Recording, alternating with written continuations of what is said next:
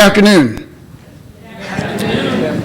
Thank you. My name is Bert Bruce. I'm the Vice President of Commercial Development for Rare Disease at Pfizer. And on behalf of Pfizer, we're pleased to sponsor and welcome you this afternoon to the Lonzy Lee Symposium on Connecting Sickle Cell Disease Awareness and Education to the World. This was an exciting program last year. It's going to be an exciting program this year. So in bringing you welcome and greetings, I'd like to take just a moment to introduce to you your host for the session, who is over to my right and wearing a very impressive piece of jewelry, Patrice Hamilton. Having been diagnosed with sickle cell disease at birth, Patrice Hamilton has overcome many challenges in her life in which neither she nor her parents had full knowledge of her condition or how to manage it. She nearly succumbed to the complications of sickle cell disease at the age of 16, at which point her diagnosis was reconfirmed. For several years, Patrice hid her diagnosis from former employers, dance teams, pageants, and other organizations she had been involved in, concerned that her abilities would be viewed as limited or that she was over-exaggerating her condition. Patrice is a graduate of the State University of New York at New Paltz, where my sister-in-law is from, class of 2009, where she earned her BA in psychology. She's a member of Alpha Kappa Phi Agonian sorority, and during her active years, she held various positions, including community service chair. She continues to devote her time and her effort toward many causes today, including sickle cell disease. As Miss New York State, United States 2014, Patrice will travel throughout the Empire State, dedicating her philanthropic efforts toward her platform, sickle cell disease awareness and education. During her reign, Patrice will not only advocate for her personal platform, she will also be advocating for the National Relay for Life campaign and the American Cancer Society, as well as other charitable causes.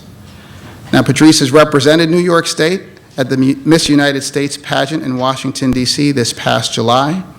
And among her many accomplishments, she notes her greatest accomplishment to be the birth of her son, Dylan, in November of 2012. Patrice aspires to be the best mother that she can possibly be, and today she will host our symposium. So please join me in welcoming Patrice Hamilton.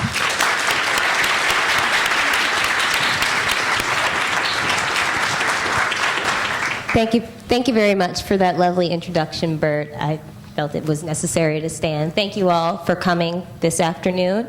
And I would like to introduce our wonderful, distinguished panelists for this afternoon. Let me start off first with my new dear friend, Keir Jr. Spates. Funny man Keir Jr. Spates is one of the funniest people on the planet. As a member of the Steve Harvey Morning Show, Jr. uses his platform, both on the radio and through his comedy, to raise awareness about sickle cell disease. He serves as the national ambassador for the SCDAA. Welcome, Keir. Thank you for being here. These are all true statements, just want y'all to know. I personally think I'm the funniest person on the planet, but You're second to me, though. we'll let you have that for now. Next, I would like to introduce our panelist, Dr. Levita Wallace-Page. She is a former television host for an international evangelical talk show franchise. She is a minister of music, a motivational speaker, playwright, and sickle cell blogger. Together with her husband, she creates through their company sickle cell-centric content, such as music, plays, and documentaries as a part of their sickle cell advocacy. She was diagnosed with sickle cell anemia at 3 weeks of age. Welcome, Levita. It's nice to have you. Thank you so much. Thank you. Next, I would like to introduce Reverend Dr. Violet L.D. Lee. She now serves, I'm sorry, my greatest accomplishment is crying right now. I apologize. Please forgive me for interrupting your introduction. Reverend Dr. Violet L.D. Lee now serves as the Executive Director of the Sister Fund, a private foundation in New York City, a renowned religious leader that she has been recognized nationally as a top emerging leader. Dr. Lee has participated in and led grant reviews for the National Institutes of Health and National Heart, Lung, and Blood Institute. She has served as a panelist for the SCDAA conference on consultative meetings and screenings for sickle cell treatment programs, including hydroxyurea. She is also living with sickle cell. Welcome, Dr. Lee.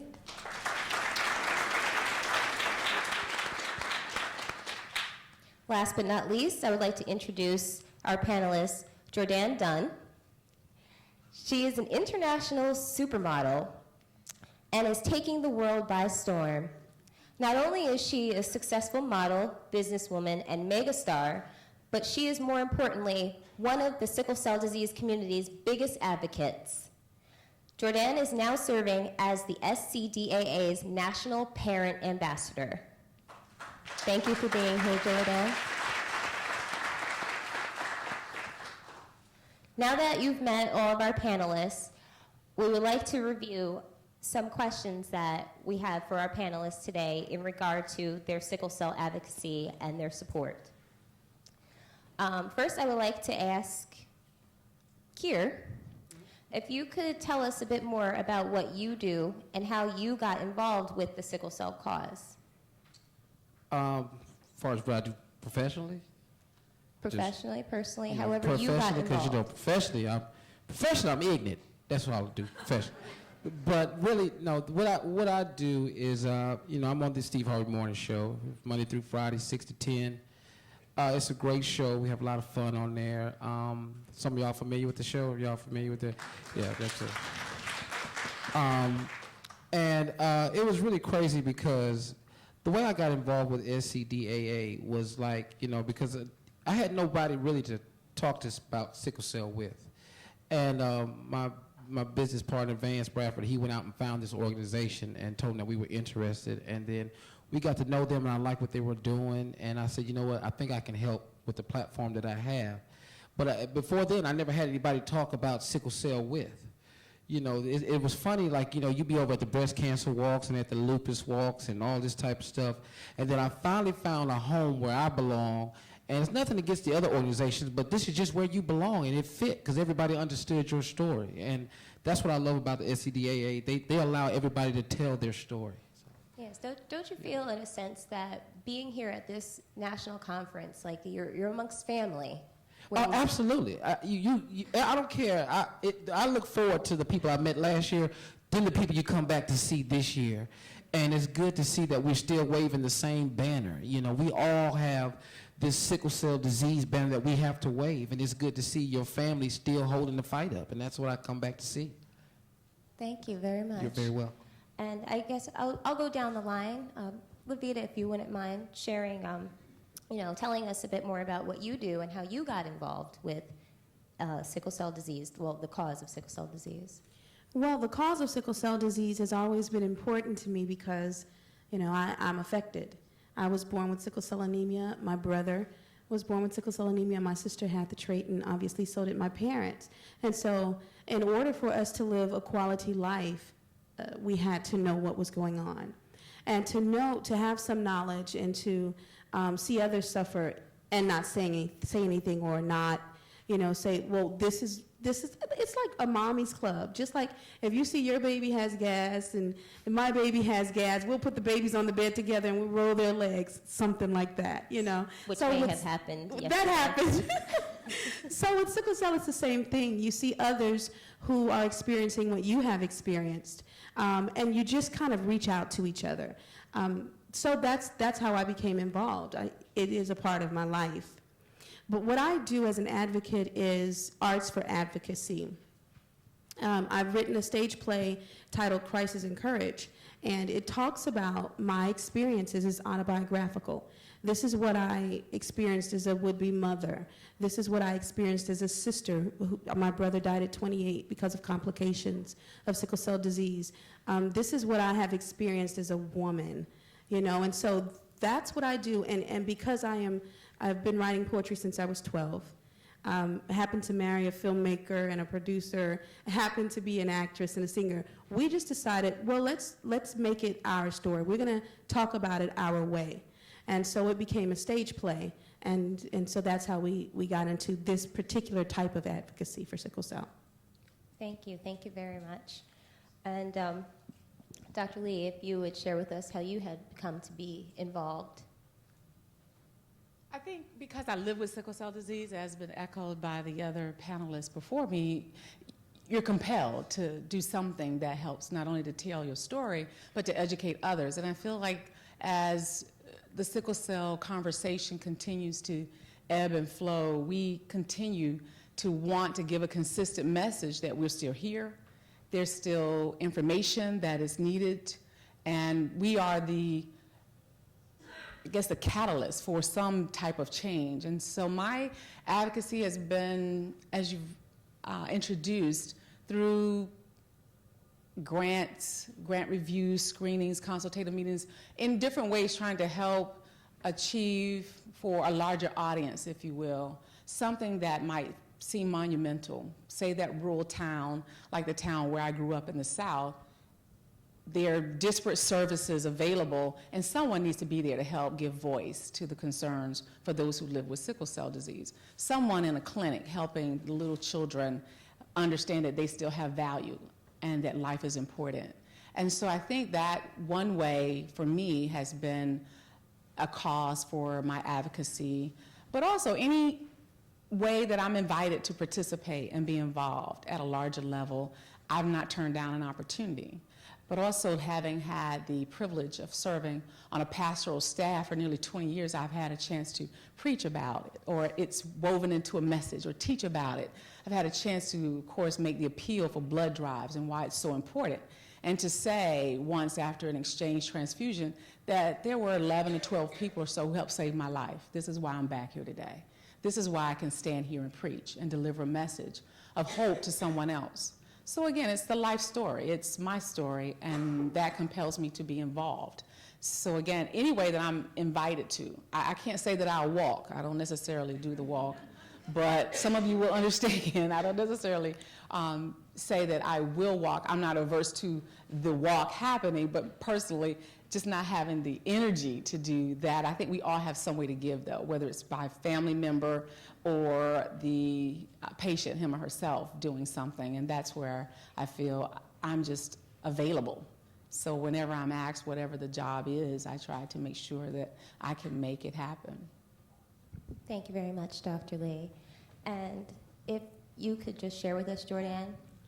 So basically, my son is a sickle cell sufferer, and I was doing a lot of interviews about, you know, being a parent of a sickle cell sufferer. And I mean, a lot of people in the fashion industry, not just in the fashion industry, but a lot of people don't know about the disease at all. So when I was talking about it, they were looking at me with like a blank face. They didn't understand it. They didn't get it. So SCDAA reached out to my agent, and I was just really happy to just lend my voice and help bring awareness to the disease. So, yeah. Thank you very much. And I'll share with the audience how I've come to become involved is that, as you have heard during the introductions, we all on this panel, including Jordan's son, we have sickle cell. And so when I competed for the Miss New York United States pageant, I competed with the intent of winning on behalf of those who have sickle cell.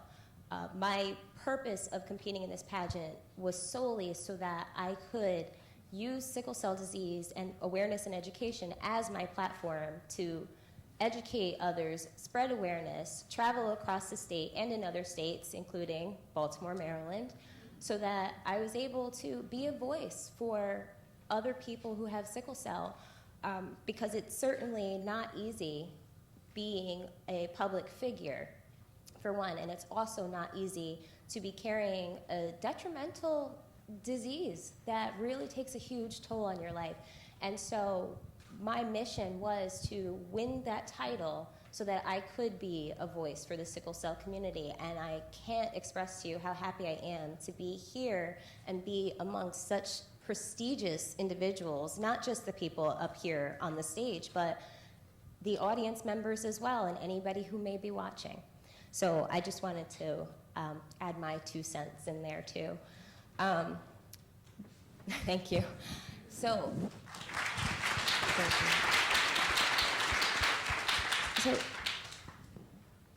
what Jordan was saying about how people in the fashion industry, or commonly it's known that people are not too familiar with sickle cell, and I'm sure there's a variety of reasons, but I want to actually ask my fellow panelists, why do you believe that sickle cell receives less attention in the public eye than other diseases such as cancer or ALS? And if we could start with you, Dr. Lee? I think it unfortunately hinges on the race issue. And because it's prevalent among African Americans, people of African descent, heavily populating the Latino community, I think we are unfortunately still not viewed on the same level in terms of the attention that it warrants. It is still very detrimental for a lot of people, very debilitating and disabling, and why after so many generations of people have lived with sickle cell that we don't have the same platform in media and beyond. But I think that's our call, and our response to it is to say, again, we are still here. This is still very important. We continue to not only live and strive for a higher quality of life, we are thriving, we are flourishing, and it will not limit us, even if we're not at the same level, if you will, as a cancer awareness. I think we continue to make major strides when we have, say, on a morning show with national syndication, a comedian who's bringing attention to it. And I remember when it caught my ear in the morning to hear that here's someone on the radio that's speaking my story, speaking to me. So we need to use every channel that we have. In the fashion industry, when you have, again, the blank stares coming at you, we get that in our own communities. Unfortunately, I've been in the black church for a long time, since birth even, and there's still a lot of uneducated and uneducated people and people who are unaware. I'm very privileged and happy when I get an invitation to speak, especially in my own community, because we have to continue to spread awareness within our own circles so that we can then continue to shepherd that, make that message go wider and broader beyond, again, the limited scope of our own circles. But we have to be the catalyst for change. We have to be the change agents. And it is unfortunate that we don't get the same attention or the same funding or the same of whatever it is. However, we have to continue to sound the alarm. Dr. Page, do you have anything to add to that? Absolutely. I absolutely agree, Dr. Lee, that it has to do with, racism. There is a discrimination element. It's very heavy, and I believe that it's primary. But also, we as a community have been used to pushing it to the background. We have been not so vocal about it. And just as Jordan was saying, as she was saying, we have to have people in certain areas, as you were saying, you have to have a platform to speak from. If you had a senator whose daughter was diagnosed with sickle cell anemia or whose son had passed from it, then maybe he'd be in a position to spread his voice wider and louder. So we have to be no justice, no peace, not in the sense of that we want to be militant, but we want to remain active. We have to be the ones to advocate for awareness. So yes, it's wonderful to have those voices in high places, but on every level we have to not just speak about it, but we have to speak continually about it. Thank you. Thank you very much, both of you. Would you have anything to add to that as well, Kier? No, I agree with the ladies have said. But here's the other thing too. I think that really we need to do as people in the sickle cell community is we got to tell our story. See, in other avenues, we as a group, as many of us, have to get out and tell our story. When I go to a city and I'm doing a show in that city and I got to go do a television interview, I don't do the interview unless they ask me about sickle cell. If they don't ask me about sickle cell, I'm not doing the interview. See, so on Fox that morning, you know, we may talk about the show, but in the end, they're going to say, what is the thing you're most passionate about? And that's sickle cell. And see, so it's not a compromise. It's not a, okay, well, we may ask you. Either you do or we're not doing the interview. That's it. And that's telling your story. See, I'm not being upset about it. I'm not being rude about it. I'm not being disrespectful. But I need you to do this because you got to, if I'm helping you, you got to help me. And that's the thing I think we don't do enough of amongst us. We got to get out and wave and tell our own stories. And I guarantee you, if enough people start talking about one thing, somebody going to look over. I just want to understand. That's how I do it. Pretty much what all of you were saying as far as like how even within our own community, there doesn't seem to be much emphasis placed on spreading awareness and education of sickle cell. And I can say, as somebody with sickle cell, if you have... I lost my mic.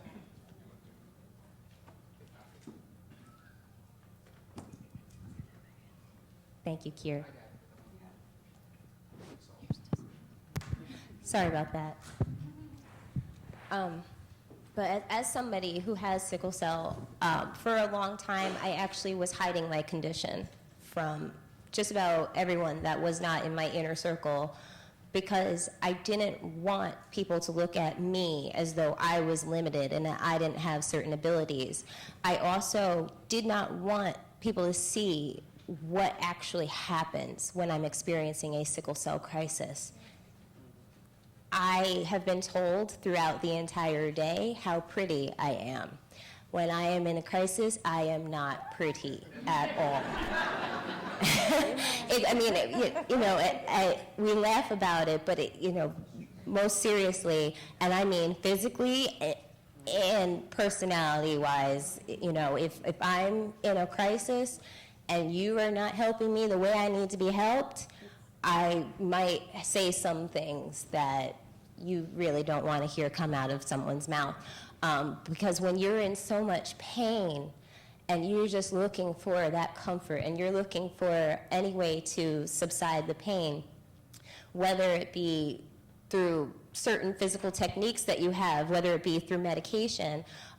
Also, I have found, and if my fellow sicklers might even be able to back me up on this, I've experienced where I was accused of being addicted to pain medications and to drugs because when you're in the middle of a crisis, you might have the appearance of someone who is, having withdrawals from, it's very similar as far as some of the symptoms you exhibit when you're having a crisis. And it's very scary.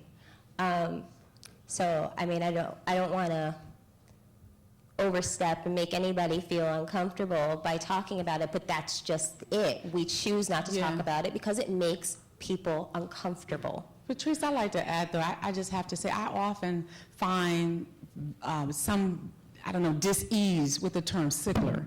And I just have to say that I know a lot of people identify with it, but I don't embrace that. I've had medical personnel attending to me while in crisis in the hospital. And even in my pain and high on whatever drugs I'm trying to get that pain under control with, I will excuse them from my room.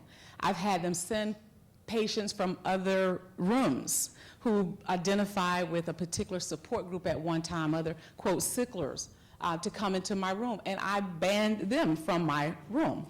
I am not embracing that language and that label.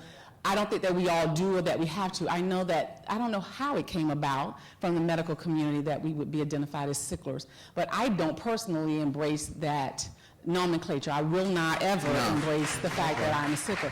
I'm a person who lives with sickle cell disease. I have sickle cell disease. Sickle cell disease does not have me. Yes, amen.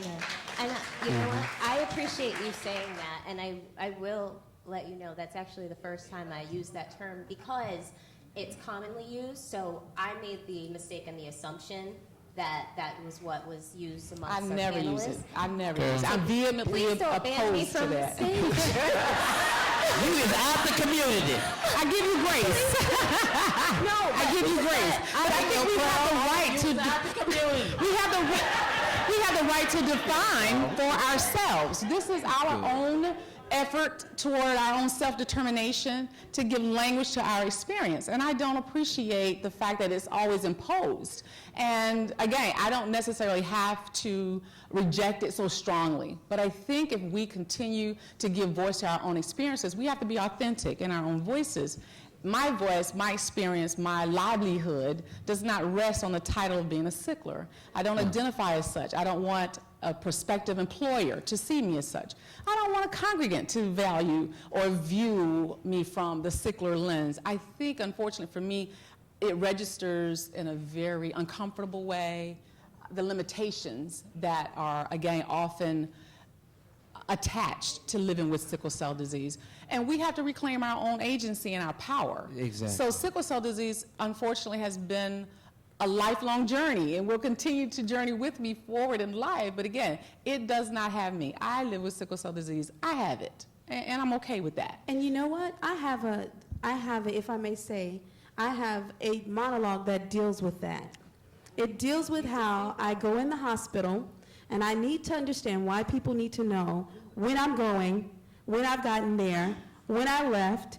And my issue with sickle cell anemia comes up at funerals and grocery stores, and it's not that I want to hide it, but I always felt like there was a certain construct that I build for myself, and I want to be able to sculpt my own image in society. And I am not who I appear to be when I'm under the symptoms of sickle cell.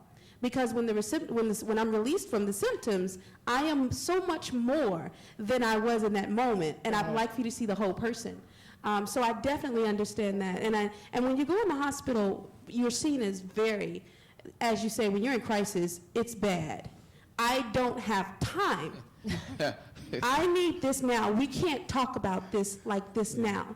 This is not your first encounter with the sickle cell patient. You know I need medicine. Let's do this. So you get that way, but by the same token, you're in so much pain, sometimes it's hard to communicate literally. You have to have an physically. advocate. Yeah. You have to have a spokesperson when you go to the hospital. Right. Because they do not treat us with the value and respect that I think we deserve as patients seeking treatment. And let's look at the ethics of medical care. You know, when we look at how we are often mistreated and evaluated with hostility even in some medical circles, and when we are trying to get care in that time of great pain and crisis, you need an advocate. I've learned, I thank God, that finally at the tender young age of 40, I got married. So that when I go into the hospital, I have an advocate. My husband's speaking for me and demanding certain things that I can't articulate. I may not even be aware and cognizant always of my own behavior because, as you've said, we are concerned with the pain.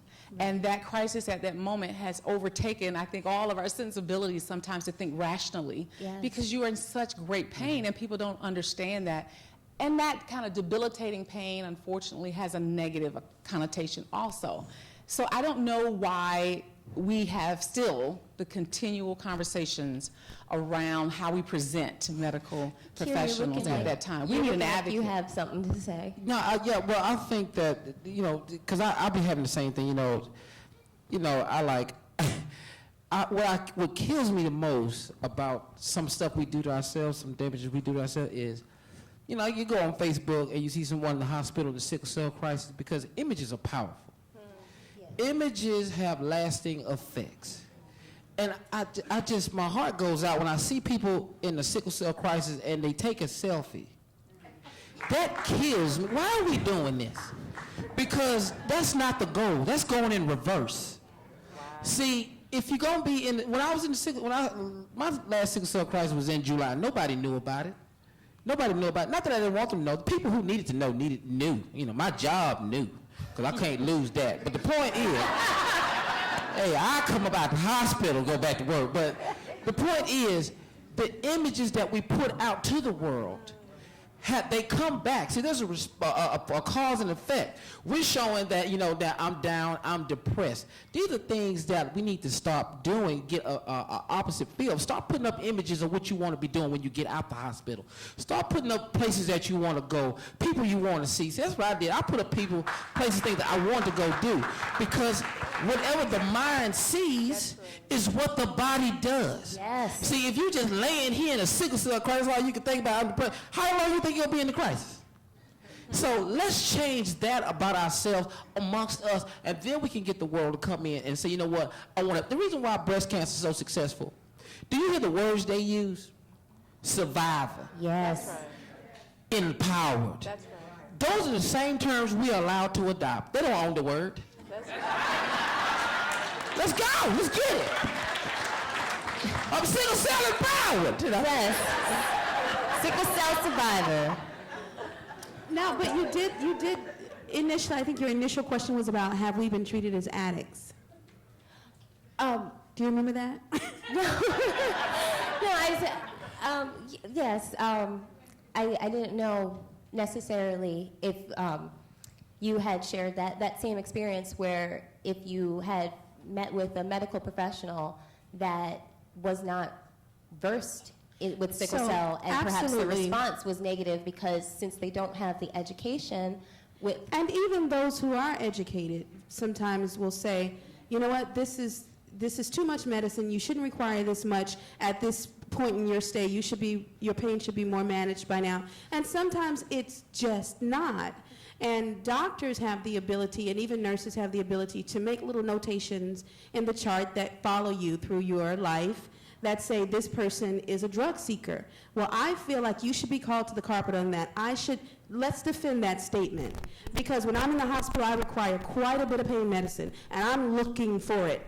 And I'm demanding that it's here when it's supposed to be here. Don't tell me you've got to go mop the floor over there. I need medicine. But at the same time, when I leave the hospital, I may not take anything for pain but Tylenol PM.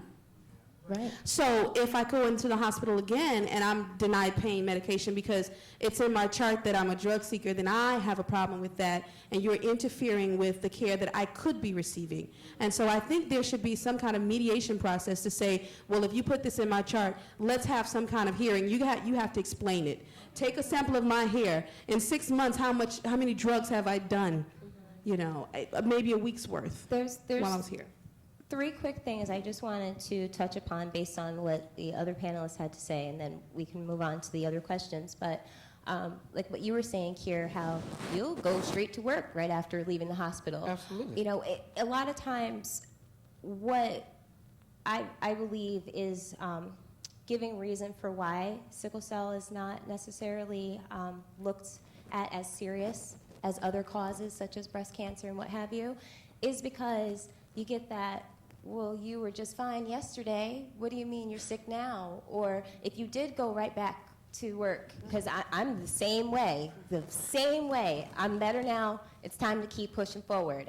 I'm the type that I had actually shared with some members in the audience. Sometimes I don't have time to have a crisis right now. I have things to do. And you have to put yourself in that mindset, like you said. Absolutely. What you're thinking, what you see is what your body will see. It may not always work, but I'm going to try my best. And another thing is that what you were saying, Dr. Page, as far as having medical professionals look at your chart, look at your history. There is, and I want it to be known while we are live on the web, there is a sickle cell app. If you have a smartphone, download it. It is the Voice Crisis Alert app, okay? This way, you are able to make your friends and your family and your medical team or a medical professional your first interacting with know that you are experiencing a crisis, know the level of pain, know the quality of care that you require. So I just wanted to make that known. I could not let this show end without, this symposium end without saying that. Moving right along. So we do hear all the time that getting people to rally around your cause, as far as spreading education and awareness, that's how we get people to understand what the sickle cell cause is. But thinking outside of the box, does anybody know of, or if you are already doing so, any innovative ideas of making this happen with spreading awareness and education? And Jordan, may I start with you? I just want to apologize because just hearing you guys' story, it's kind of, I didn't want to cry because I don't have sickle cell, my son does, so I will never know how it feels for him, so sorry. So I was just like hearing your guys' story and how you guys suffer just kind of hit home for me because of my son, and I'm still like learning about everything, so I'm just really happy, grateful that I'm here, and yeah, sorry, so I just need to have a minute. Okay. And I didn't realize till becoming a mother just how hard it is for a parent to watch their child deal with having sickle cell. I'm fortunate that my son does not. I'm the one that has to bear that sickle cell burden, but I never took the time to really become more aware of what my own mother was going through and what other mothers and fathers are going through watching their children deal with sickle cell. So I really commend you because it does take a lot of strength on your part to be there for your son. A lot of strength.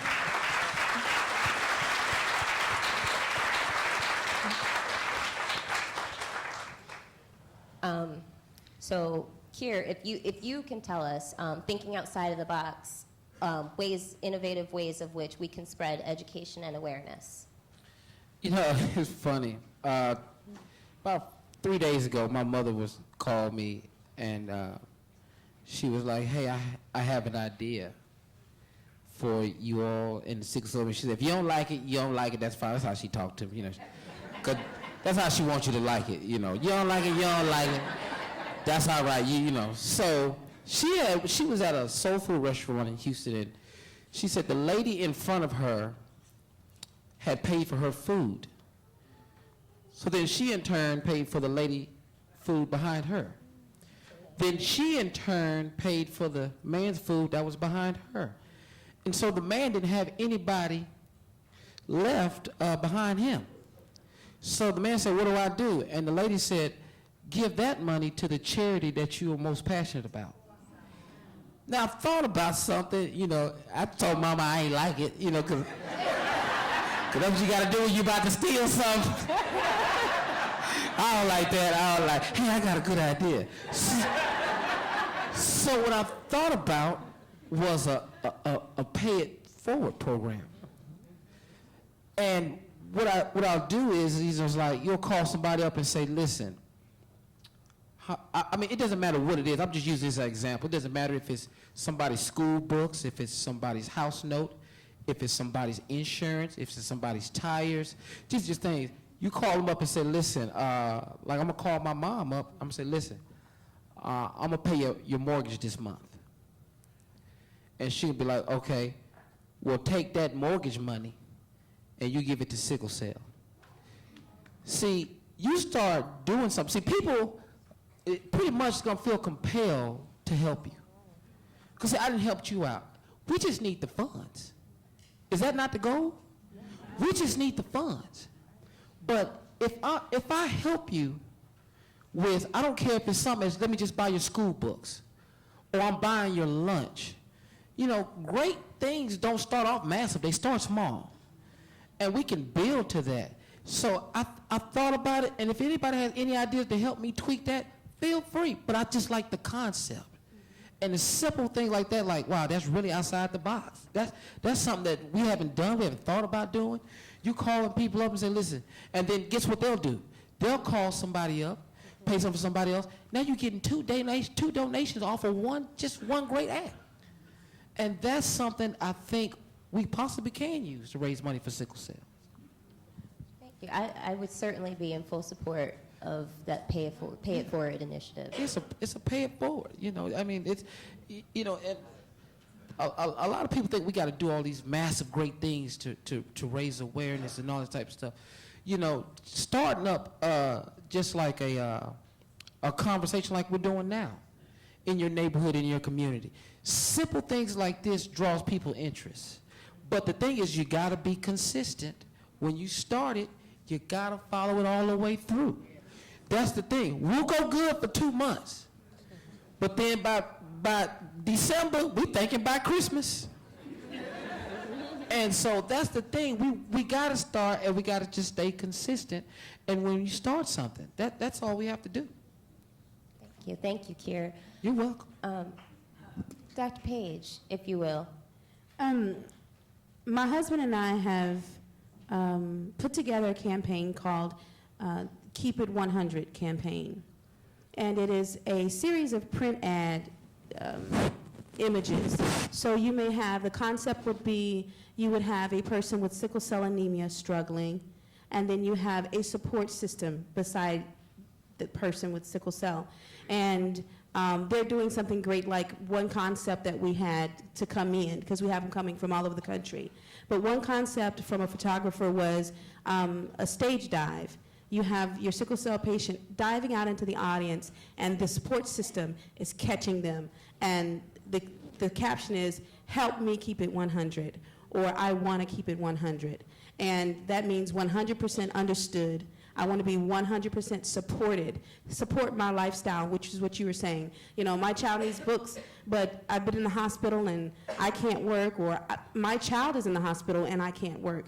Help support my lifestyle. I want to be fully understood, fully supported, and so help me keep it 100. So this is a series of PSAs that we have going on right now, and it's still in development, but we'll release it very soon. I think that's really important for awareness as well. But just as your mom, my mom said to me one day, "Levita, why don't we have some jewelry, particularly rings, just like if you had a purity, ceremony. You give your child a ring, and this says, I want you to be conscious. I want you to be aware of what this ring symbolizes." And for us, it would be, remember the generations. Stay away from people. I know love, it just happens. But you have to be so aware that if I am with someone who has the trait or the disease, I'm sending that to my children. And so when my son has the trait, when he's a certain age, I'll give him a ring. It will be black titanium with red calligraphy writing that says, "Remember the generations." And prayerfully, he'll pass it on to his children. And just small things like that, ideas that just say, listen, this is important enough for us to make it a priority in our own lives. That's a beautiful idea. Beautiful. And Dr. Lee, thinking outside of the box, what can you think of as far as innovative ways of raising awareness and education? Innovative ways. I really think that children and mothers sell any type of product or messaging, at least in this country. I'm not sure how I would package that, however, for children, because I would not want to exploit children. But when you look at a child who's ill, no matter what it is, if it's for a children's hospital event, if it's for Feed the Children, children who are hungry in other parts of the world, anything about children who are in any way challenged, medically or otherwise, someone wants to respond. When I look at advertising in this country, women help to sell any and everything, not just because it's sexy, but if you're a mother who can speak to the challenges of having a child.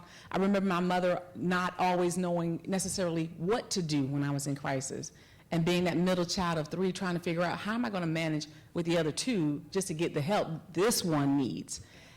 I just think somehow we have to capitalize on those images and what it is that we need to put forward, like the sickle cell stamp when it came out with the mother and child. Not that fathers aren't an important part of this, but in terms of the messaging, I don't know what it is that we need to do. I'm challenged to think outside of the box. I think, unfortunately, because we haven't done enough and we've done great work in terms of destigmatizing sickle cell disease, until we can work against that social stigma that's out there, the fact that we live with a disease that's consistent with blood issues, people don't really understand what that means. I don't know what we need to do, and I'm struggling here, and I'm grasping because I think if we could find a way to successfully get the messaging out through the stories of the hundreds of children just trying to live a high-quality life, and to see that what we can deposit in them could help bring about the attention, the awareness, and the financial support that we might be successful. And again, what mothers can do to help further the cause of children, when mothers are strapped to find the resources and the help and the attention that their child will need. I don't know. I'm struggling. So I'll yield my time to Jordan. Well, me and my team in New York, we basically designed this necklace, which I'm wearing right now, and the campaign for it is called Sell for Gratitude, and then we launched it in New York during New York Fashion Week, and it's basically, this represents a sale, and we're hoping to have it in stores, so when you purchase this necklace, a sickle cell patient is thankful and grateful for your support, and also a reminder of your good health. So we're going to be hopefully placing that in stores soon. And I mean, I just want to use my platform. So I am a spokesmodel for Maybelline. So I was thinking maybe doing a shade of lipstick, and the funds go towards the sickle cell, things like that. And also blood drives, because I know that's really, really important. The fact that when my son first had his crisis, the fact that somebody went out the time to go and give blood, that is now in my son's body, that now he's healthy.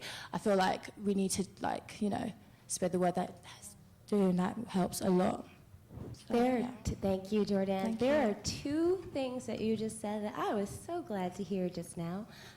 One of them being Makeup. What? You can say makeup. Yes. I mean, not just because I'm a pageant girl. I mean, love me some makeup, but no. Some of you may or may not be aware of a new campaign that had recently started, which is known as the Bold Lips for Sickle Cell Challenge. And so with that being said, if there was any way at all possible that Maybelline would partner with SCDAA so that people would go about taking that challenge. For those of you that may not know what it is, basically it is taking a selfie and just like Dr. Page is modeling, putting on a bold lip color, whether it be red or burgundy, because burgundy is the color for sickle cell, or just a real color, a color that pops, that makes your lips stand out. And by doing so, by putting on a real bright or outrageous color, then this way you're also hashtagging Bold Lips for Sickle Cell, and asking people, challenging them to donate to the SCDAA or to their local sickle cell chapter. And it's another way of spreading awareness and education. I know I took my selfie. I took it twice. So I would... What? Yeah. You going to take the challenge? I'm sorry? Do I want some what? Will you take the Bold Lips Oh, no, Sickle Cell challenge? this is over then. The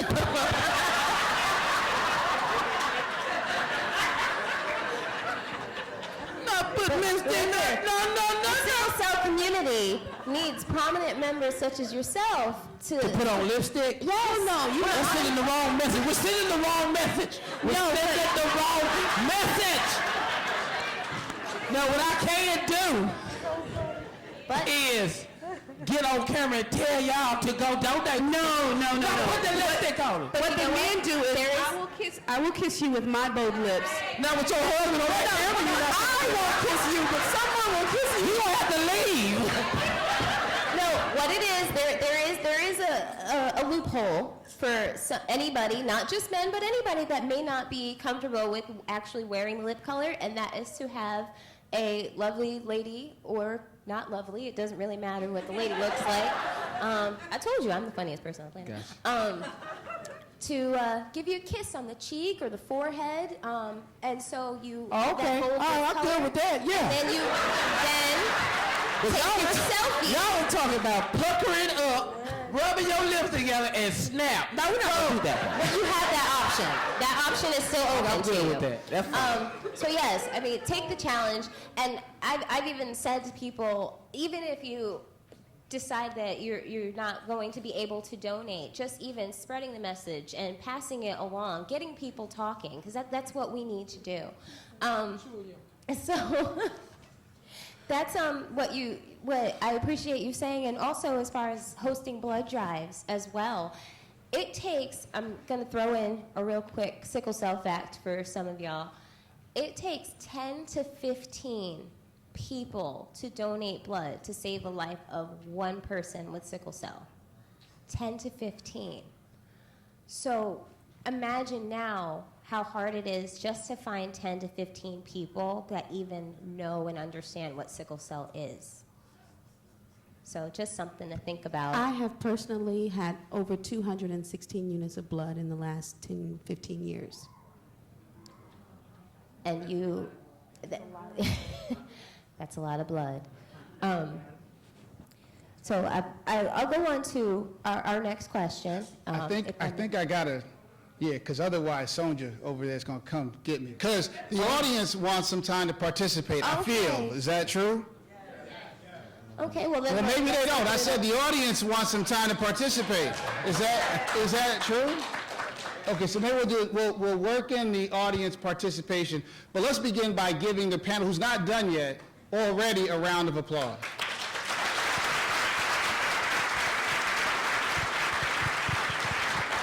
How many people came here to learn something today? Raise one hand.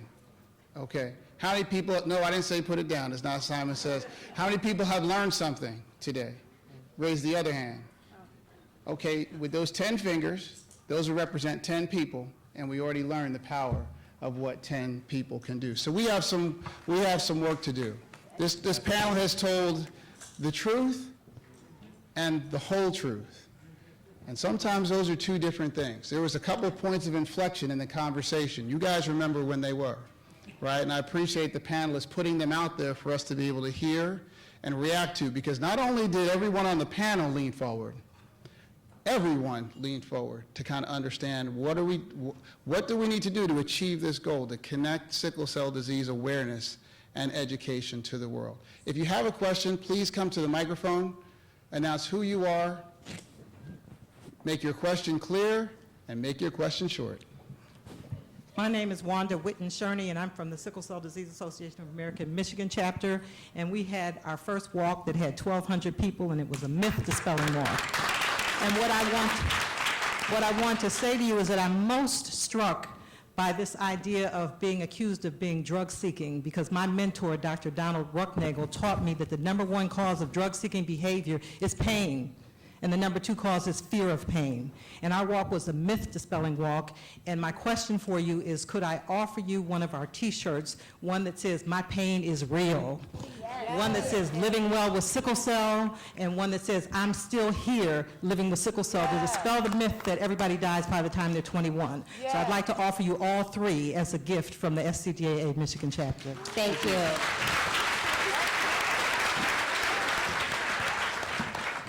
Wanda, you say which three get the shirts? Is it three? Oh, everybody get the shirt. It's 3 shirts. Oh, okay, thank you. Okay, girl, you had sat down when you said 3. I said, hold on, 1. You started going, 2 of us ain't gonna get those shirts. Thank you, Wanda. Hi, I'm Corey Davis from New York. This is my first time here, so I don't actually have a question, but I want to say thank you all for, your information, just sharing your stories with us. I want to just say thank you to the panel, one. And second, something that hit me very, hit me hard. It hit home because when I was younger, I used to, I just broke my chain. When I was younger, I used to hide, having sickle cell with amongst my friends and counterparts as well, because a lot of people look at you differently, and a lot of people, they, like you said, try to restrict your abilities. And I didn't want a lot of people to do that. I knew what sickle cell was. I knew a lot of things, how to deal with sickle cell, but I just didn't want that to restrict what I had. A lot of doctors said, oh, you're not going to be able to live, a certain lifestyle, and you're not going to be able to play sports. I did everything. I went to college. I'm working. Did all of that, So I think I just want to reiterate for the young ones out here that you can do all of the things everybody else does. You just have to, persevere and be able to have faith in yourself as well, also with the blessing of God as well. Junior, do you have something to comment, Junior? See, man, that was me, man. Yeah. I was that same guy, dude. They told me I wasn't gonna be able to play sports. They told me I wasn't gonna be able to do it. And the crazy part about it is they yanked me off my football team my senior year. It's my scholarship year. I've been starting at running back for that high school since I was in the 9th grade. I ran the second and last leg on the 4x1 on my track team. See, I really love that story. See, that's the story we got to tell right there. See, my mama had to go to bat for me. We shut the school system down unless if he ain't playing by next week, they're not playing. And there's something to say. That's the stories that I'm talking about. But you got to get out there and you got to tell that story, because we got to understand we are examples for kids, because we still making babies now. That's right. Hey, babies still getting made now. Sickle cell, no sickle cell, babies coming now. We got to be examples for ones that are coming up behind us. Whether you're the mother you're a mother of a child with sickle cell, whether you're the father of a child, whether you are the brother of somebody who has sickle cell, whether you are the person with sickle cell, those stories still got to get told, man. That may feel, I'm glad I'm just not by myself with that, man. You keep doing your thing, dog. No problem. And one more thing, I just want to reiterate. Because it got ruled. The bold lips. Quit. We're going to have to simmer that down as well. Yeah, I'm with you on that, but we ain't puckering up. We'll talk about something. Yeah, we got something. We'll come up with something. All right. Next question, please. Hi, I'm Linda Armstead, and I am a patient with sickle cell.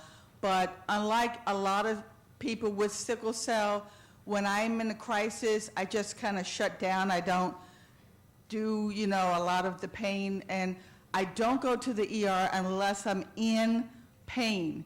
And when I go to the ER and I'm not exhibiting the normal sickle cell reactions, the first thing the doctors always want to do is have a psychiatrist look at me, because they think I'm making it all up.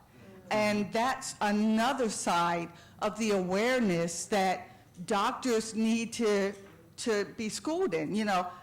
I don't like to fuss, but you have to kind of get the doctor straight on, I'm not making this up. This is real.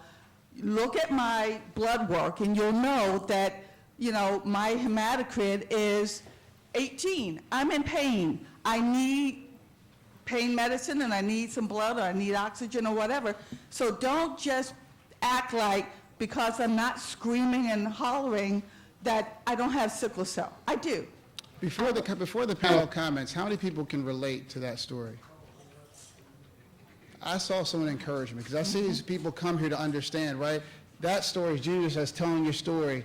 Your story is not just your story. It's other people's stories as well. Thank you for sharing that. Do you have a comment? And I have one question from my mom. She wants to know if, Junior, have you put that Pay It Forward program on your radio program yet? No, we just talked about this yesterday. My mother called with this yesterday. It's a great idea. But it was a great idea. I know it was a great idea, but I got to steal it first.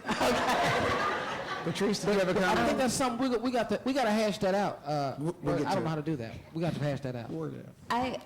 I learned something new about sickle cell almost every single day, and I had, after I had done some research, learned that not every crisis is painful.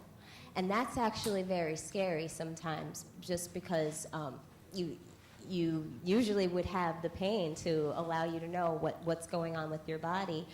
And I experienced, while in the hospital receiving treatment, that I felt fine, I felt better, I felt like I was going home soon. And I was on the phone with my best friend, telling her how I was jealous because she was having a sleepover and I wasn't there. And this is when I was 16, not last week. And the nurse came in and she said she was going to give me some more fluids before it was time for me to go. And I'm all excited that I'm about to go. And I thought I was going home. No, I was being airflown to another hospital to see some specialists because my condition had become worse.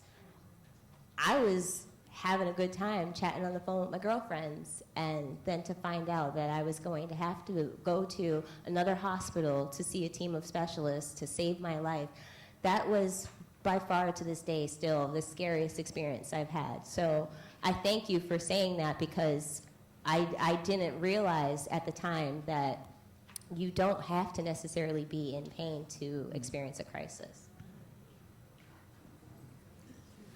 Hi. Good afternoon. My name is Gary Gibson. I'm President and CEO of Martin Center Sickle Cell Initiative in Indianapolis, Indiana.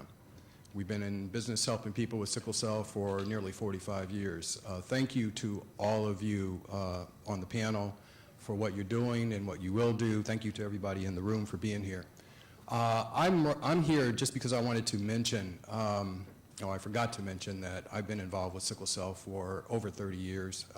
I'm a widower of a woman that I lived with for nearly 12 years before she passed away from sickle cell at the age of 36. Wow. This was many years ago.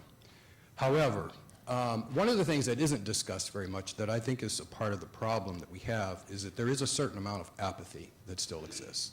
And I'm curious as to what the panelists think we can do to try to overcome that level of apathy. And I know that there's a number of reasons for it, but I'm curious as to what other people think. But as a case in point, I haven't even heard it mentioned yet today. I just checked a few minutes ago the petition to the White House looking for 100,000 signatures. A few minutes ago, there were 15,340 signatures out of the 100,000 that are needed. This has been going on now since September 22nd. People have been sharing it on social media. I know it because I've seen it. We have a very active social media presence with Martin Center Sickle Cell Initiative. So 15,340 signatures means that we need about 4,550 signatures every day before October 22nd to hit the 100,000. And before I wrap up, let me suggest that it was Frederick Douglass who said, "Power concedes nothing without demand." One of the things that's been wrong is that the demand hasn't been there. This White House petition, I think a lot of people don't truly understand, it is a demand. And I think that we need to ensure that we get those 100,000 signatures. And I thought that, being here in this room with these people, with it being on the web, with the webcam, anybody that has anything to do with sickle cell far outnumbers 100,000. Far outnumbers 100,000 here in the United States. So I just want to see what you guys think about what we can do about apathy. And also, what can we do to get that 100,000 signatures to make President Obama say, wait a minute, I do have to do something about this. Thank you very much. Can you give that website? Can you give the website where people can go and sign up for that? Because we have our cell phones. We can go to the SCDAA site. And Sonia, you I can can help. tell you Sanjay, the you can help exact with web address is www.tiny, as in TINY, URL.com/priority SCD. All right, so we'll get that on the webcast. Those of you on the webcast, start now. Absolutely. Let's turn it over to the panel for a couple of comments around the question that was posed. I would like to comment on that. What can we do about apathy? Yep. Crisis and Courage, the theatrical stage play, I've said this many times, there's not a lot of levity in sickle cell. It's not comedic. I mean, some people can make it, but that's not been my experience, and I'm just not a natural-born comedian. So when I talk about sickle cell, I talk about the trauma of it. I talk about the suffering of it. And everyone, you don't have to experience sickle cell. You don't have to know a person with sickle cell or understand the pain. You see us curl and jerk and my eyes roll and I'm heaving and hyperventilating. And to you, it's just physical exercise, I suppose. Well, not you, but to people. But what we can do is, as long as you can understand that I'm suffering, then you can empathize with me. And so that's what Crisis Encourage is about. It's about showing people the suffering through the fourth wall. You know, be a fly on the wall in my days of having to, you know, bring my baby's ashes home. And now I have another child in ICU and I'm saying no more dead baby's bones. We have to bring the emotional level of it up, I believe. Junior, you look like you, I didn't know if you look like you had something to say. How do I? No, if you had a response. You look like you might. The thing I do is, you know, I don't want the pity party. I don't. You know, for me, sickle cell has always been the thing that has always taken something from me. So when you take something from me, I've always treated it as it was the enemy. I give it no power. It has none for me. That's why I'm always upbeat. That's why I always have the attitude, because my attitude determines my altitude. I don't have time to be sitting down pity party, because there's somebody trying to watch us to see how we're going to live.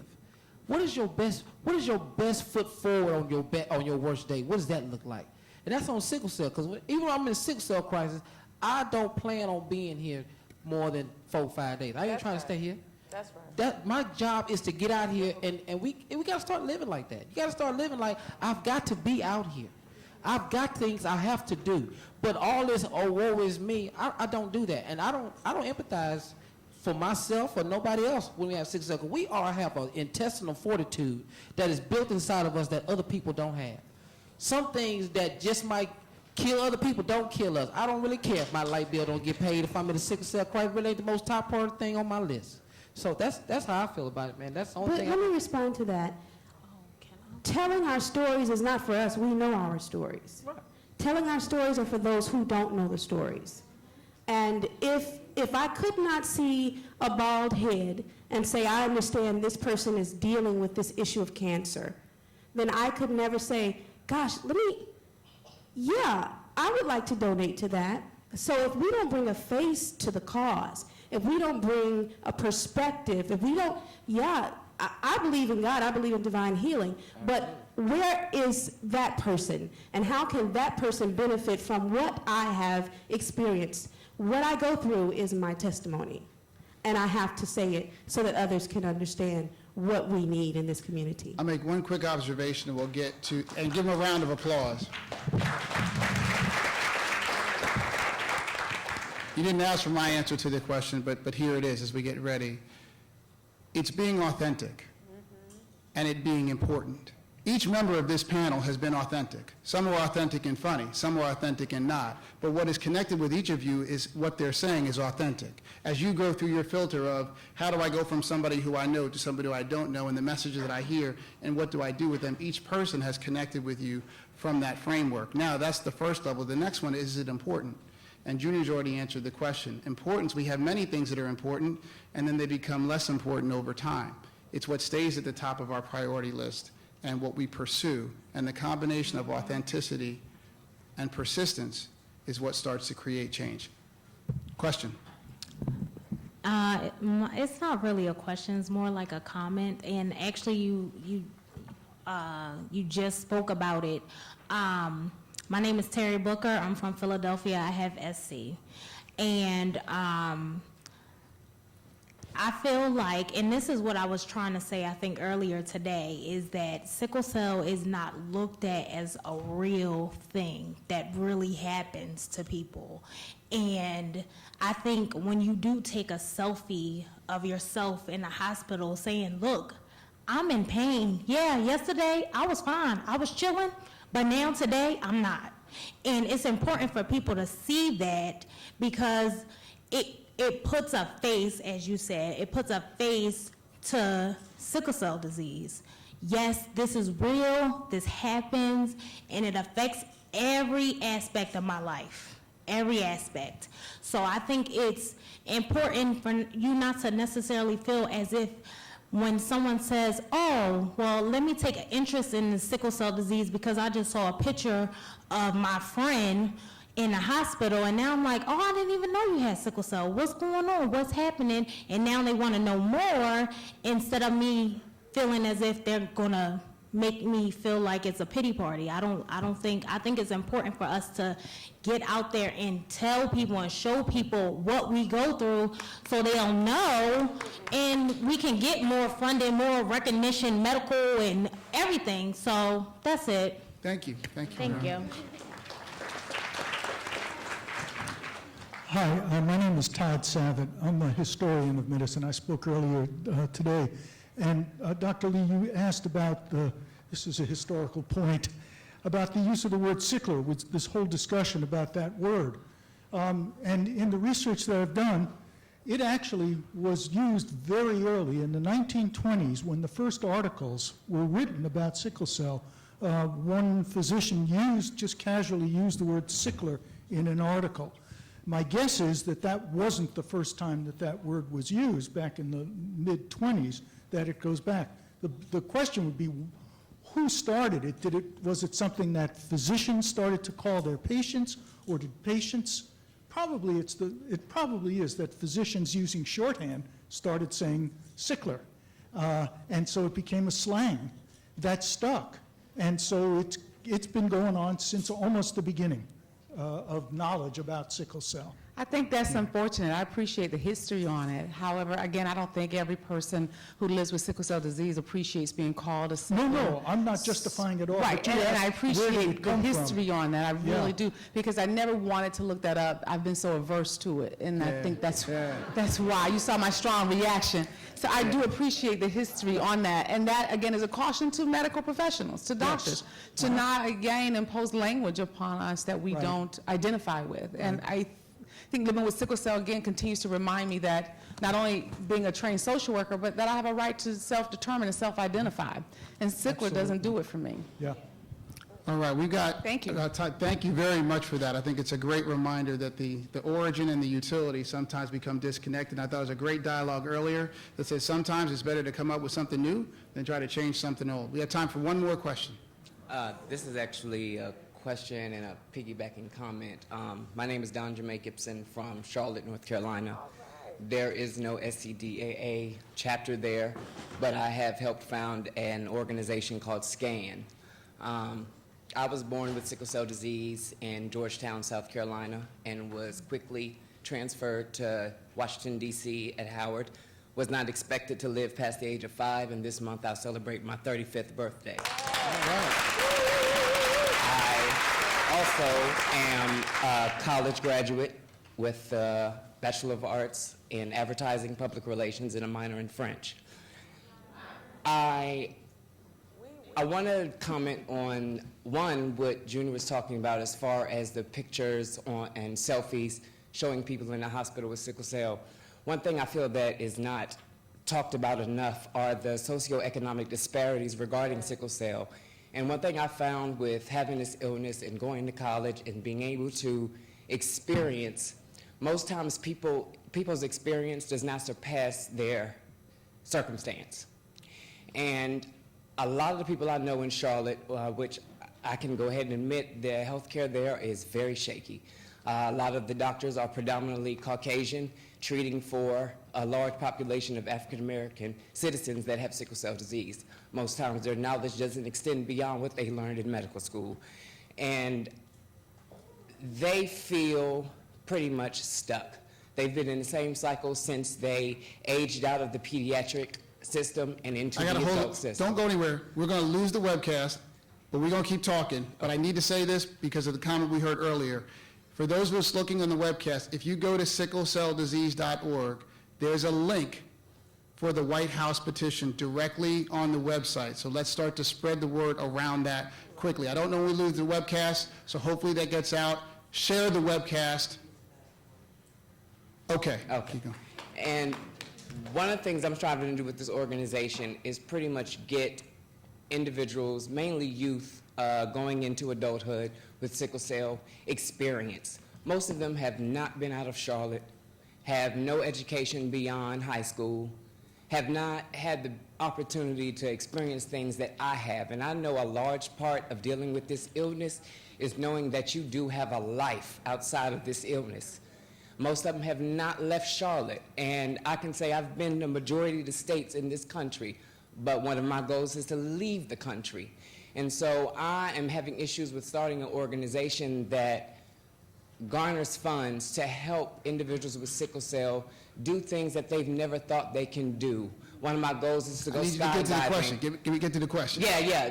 My question is, where can I go? What resources are there to help me do those sorts of things? I believe we're at the event for the resource. Say for starters, you're here. SCDAA. This where you make all that happen. You got till what, tomorrow? Is it over tomorrow? Sunday night? Or Sunday? Saturday night? To make all of that you're talking about. That's what these people here. We family. We're here to help. You made your first step by coming here to this national conference. Okay. And I think your second step is when we close, come stand up at the front of the room, and those of you who've heard what he asked and have answers, come find him. That's what we do as a family in the community. All right. Thank you very much. Thank you, guys. All right. I think we have to shut it down. So There's we will. one thing about people in sickle cell, we have tenacity. I understand that. That's actually why I was given the job. But I would stop her if I was you. I think she's serious about her question. I do understand that. So here's what's going to happen, because I know this is going to happen.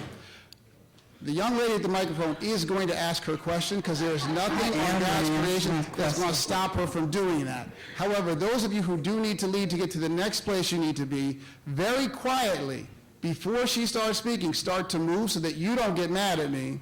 And then the panel is going to stay here, and then I'll only be in a little bit of trouble. Here we go. Okay, the first thing I want to ask is, how many of you in here are nurses? So I want to encourage you to join the International Association of Sickle Cell Nurses, first of all.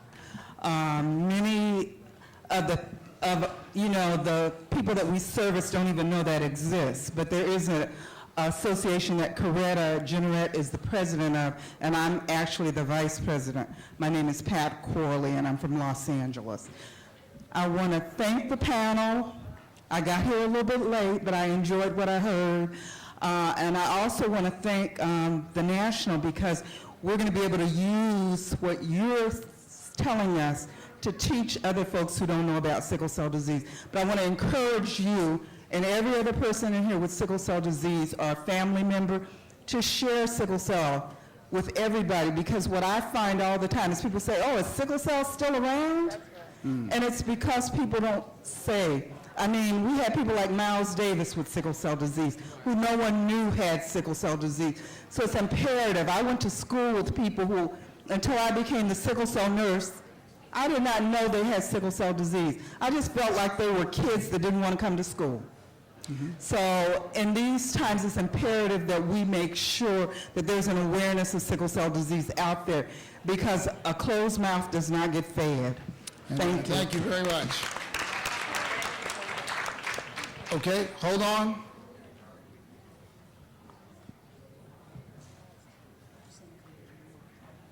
All right. Y'all don't go anywhere. We're just going to make a few closing remarks so we can wrap up the portion that's going to be taped. Obviously, there's a lot of energy that's in the room. There's a lot of passion that's in the room. I'm a marketer by profession. I'm a lot of other things that I'm not talking about today, and each one of you are too. Junior encouraged us earlier to take that component for which this disease, whether it personally touches you or you know someone who it touches, and move it up your priority list and keep it there. We're proud to have sponsored this time. We look forward to being a partner. Let's take the words of this panel, increase the importance, and maintain the persistence. Thank you very much. All right, everyone, was it good? Did you enjoy it? One more round of applause for our panel.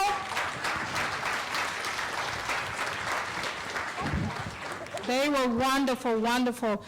Before you leave out, Mary Lamar has a request, and it's a very important one, and so that's why I didn't want any movement. So if at some point, anybody that's moving around, if you could kind of stop for a minute.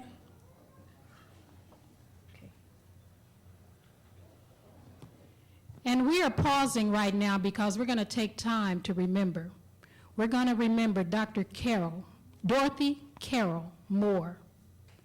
Dr. Dorothy Carroll Moore was the first African-American immunopathologist in the state of New Jersey. She's also a former chief medical officer of the Sickle Cell Disease Association of America. She passed on September 22nd, 2014. And as we think about the mission we're here for, raising awareness, raising funds, raising education, this woman did that and more. So we are going to pause right now and remember Dr. Dorothy Carroll Moore. Take a moment of silence, please.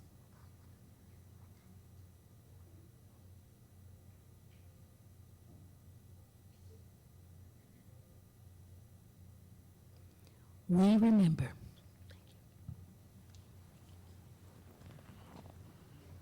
Thank you, everyone. I hope you enjoyed this session.